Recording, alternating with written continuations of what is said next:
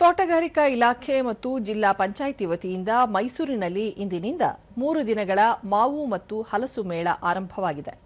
ಬಾದಾಮಿ, ರಸ್ಪುರಿ, ಮಲ್ಲಿಕಾ, ತೋತಾಪುರಿ, ಮಲಗೋವಾ, ದಶಹರಿ, ರುಮಾನಿ, ಸೆಂದೂರ, ಜೀರಿಗೆ, ಗುಲಾಬ್ ಖಸ್, ವಾಲಯ, ರತ್ತಪುರಿ, ಆಲ್ಫನ್ಸೋ ತಳಿಯ ಮಾವು ಹಾಗೂ ಹಲಸಿನ ಹಣ್ಣುಗಳ ಪ್ರದರ್ಶನ ಮತ್ತು ಮಾರಾಟ ನಡೆಯುತ್ತಿದೆ.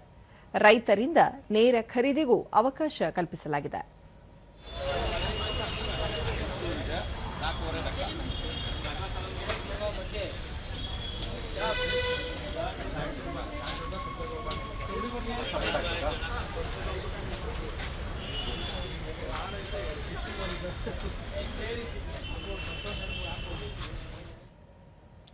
ದೂರದರ್ಶನದೊಂದಿಗೆ ಚನ್ನಪಟ್ಟಣದ ರೈತ ಮೋಹನ್, ಮೈಸೂರು ಹಾಪ್ಕಾಮ್ಸ್ನಿಂದ ಮಳಿಗೆಯನ್ನು ನೀಡಲಾಗಿದ್ದು, ಪ್ರತಿ ವರ್ಷವೂ ಮಾವು ಮಾರಾಟ ಮಾಡುತ್ತೇವೆ. ಈ ಬಾರಿ ಉತ್ತಮ ವ್ಯಾಪಾರವಾಗುತ್ತಿದೆ ಎಂದರು.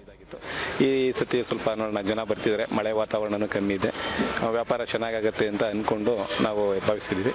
ಸರ್, ನಮ್ಮಲ್ಲಿ ಸಕ್ಕರೆ ಗುತ್ತಿ ಇದೆ, ಮತ್ತು ರಸ್ಪುರಿ ಇದೆ, ಬಾದಾಮಿ ಇದೆ, ಮತ್ತು ರತ್ನಗಿರಿ ಆಲ್ಫನ್ಸ್ ಇದೆ, ಮತ್ತು ಮಲಗೋಬಾ ಇದೆ. ತುಂಬ ಚೆನ್ನಾಗಿದೆ ಈ ವೆರೈಟಿ.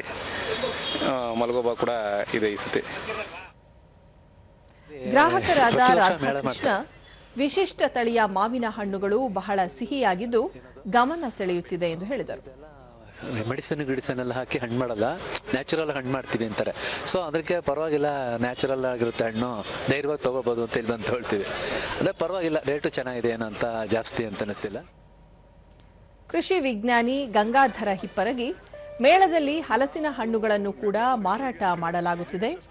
ಚಂದ್ರ ಹಲಸು ಹಾಗೂ ಮೈಸೂರು ತಳಿಯ ಹಲಸಿನ ಹಣ್ಣುಗಳನ್ನು ಮಾರಾಟ ಮಾಡಲಾಗುತ್ತಿದ್ದು, ಒಂದೇ ಸ್ಥಳದಲ್ಲಿ ವಿವಿಧ ರೀತಿಯ ಹಣ್ಣುಗಳು ದೊರೆಯುತ್ತಿರುವುದರಿಂದ ಗ್ರಾಹಕರು ಹೆಚ್ಚಿನ ಸಂಖ್ಯೆಯಲ್ಲಿ ಮೇಳಕ್ಕೆ ಆಗಮಿಸುತ್ತಿದ್ದಾರೆ ಎಂದು ತಿಳಿಸಿದರು.